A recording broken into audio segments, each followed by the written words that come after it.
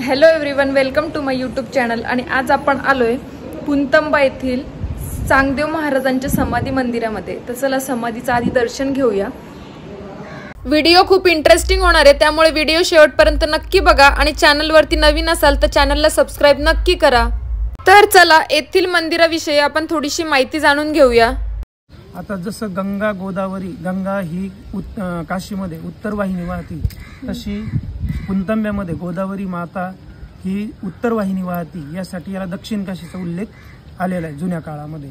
आणि चांगदेव महाराजांची समाधी त्या स्थानावर झालेली आहे की जिथं ज्ञानेश्वर माऊली, मुक्ताबाई स्वतः त्यांना समाधीस्थ करण्यासाठी ते इथं आलेले आहेत, असा उल्लेख नामदेव गाथेमध्ये तो येतोय। नामदेव गाथेमध्ये त्याचा उल्लेख की त्यांनी माघ महिन्यामध्ये जी समाधीचा उत्सव असतो त्याच्यामध्ये त्यांनी स्वतः येऊन त्यांना समाधीस्थ केलेलं आहे चांगदेव महाराजांना, हा नामदेव गाथेमध्ये उल्लेख आहे। एवढा पूर्ण इतिहास या गावाचा इथं आहे। आपल्या चांगल्या रूपामुळे चांगदेव नाव पडणारे चांगदेव महाराज हे खूप मोठे योगीराज होते आणि योगाच्या सामर्थ्यावर ते 1400 वर्ष जगले अशी मान्यता आहे। शके 1200 मध्ये श्री चांगदेव महाराजांनी पुणतंबा या गावी गोदावरी नदीच्या तीरावरती येथे समाधी घेतली।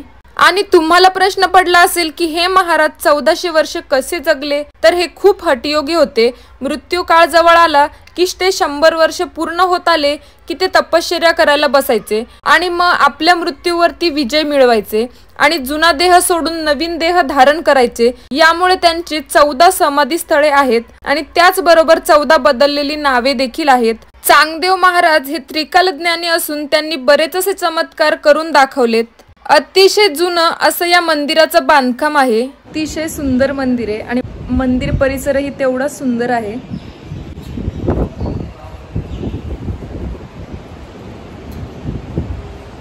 आणि येथेच वरच्या साईडला चांगदेव महाराजांचे समाधी मंदिर आहे।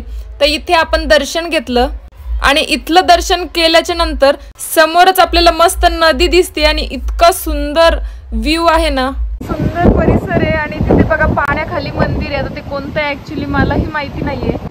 मंदिराचं दर्शन झालंय आणि मागचा व्ह्यू सुद्धा किती सुंदर होता ना। ते पहिल्या साईडला सर्व लेडीज चालले आहेत, तिकडे बहुतेक घाट वगैरे काहीतरी आहे। आपणही तिकडे जाऊन बघूया नेमकं काय येते। किती छान, म्हणजे असं मंदिरात वगैरे आलं ना की असं मनाला खूप प्रसन्न वाटतं नाही का। पाण्याचा इतका आवाज येतो नाही ते डेंजर। किती स्टेप्स आहेत, एवढ्या पायऱ्या चढून खाली जायचे। असा पाण्याचा आवाज येतो ना डेंजर, एकदम भारी वाटतंय। आणि गाईज इथे व्हिडिओ अजून संपलेला नाहीये। चांगदेव महाराजांच्या मंदिरा शेजारीच महादेवाचं एक मंदिर आहे आणि आजूबाजूला आणखीन पण काही मंदिरे आहेत।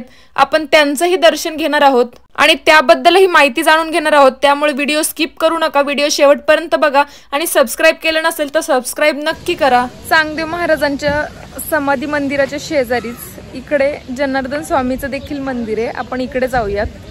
श्रावण सोमवार असल्यामुळे मंदिरामध्ये थोडीशी गर्दी होती आणि इकडे मंदिर परिसरही अत्यंत सुंदर आहे। आणि महादेवाचे दर्शन वगैरे केल्याच्या नंतर बाहेर आल्याच्या नंतर बाहेरील जो मंदिराचा परिसर आहे तो देखील अत्यंत सुंदर आहे। मंदिर परिसरात आणखीन छोटी छोटी मंदिरे आहेत आणि तेथेच जनार्दन स्वामींचे देखील मंदिर आहे।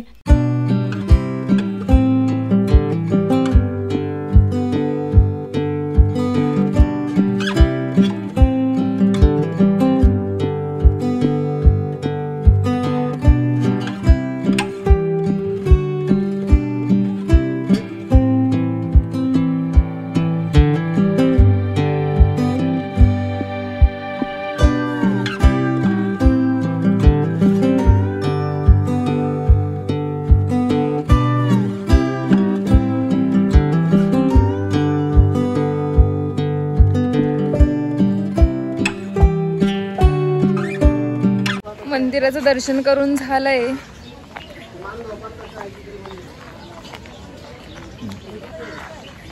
किती सुंदर नेचर आहे इथलं सगळं, असं वाटतं इथेच राहावं, घरी जाऊच नाही। इकडे गुरुदेव दत्त आणि सोमेश्वर यांचे मंदिर आहे। तर चला आतून बघूया मंदिर कसं आहे। मंदिर परिसरात भरपूर मंदिरे आहेत छोटी छोटी, नागदेवतेचं, मारुतीरायाचं।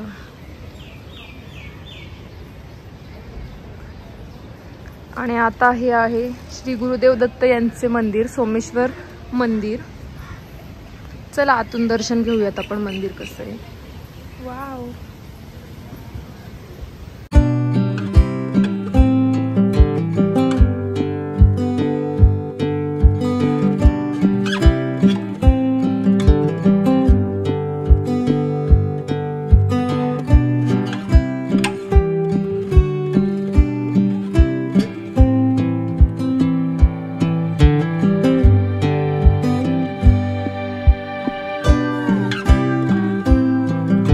चांगदेव महाराजांच्या मंदिरापासून काहीच अंतरावरती इकडे मुक्ताई ज्ञानपीठ आहे. आपण तिथे आलोय आता दर्शनासाठी.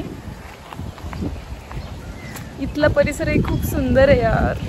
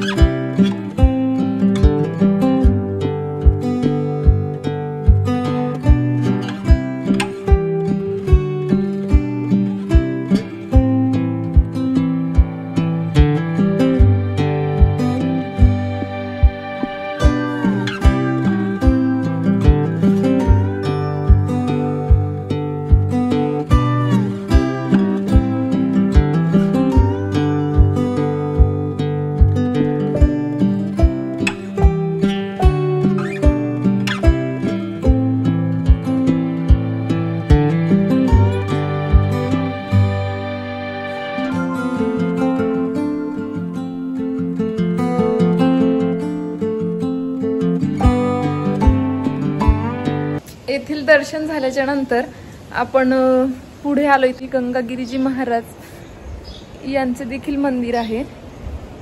वाव, छान आहे. म्हणजे ते मंदिराची अशी शिल्पकलाकृती ना, ती खूप सुंदर वाटते बघायला.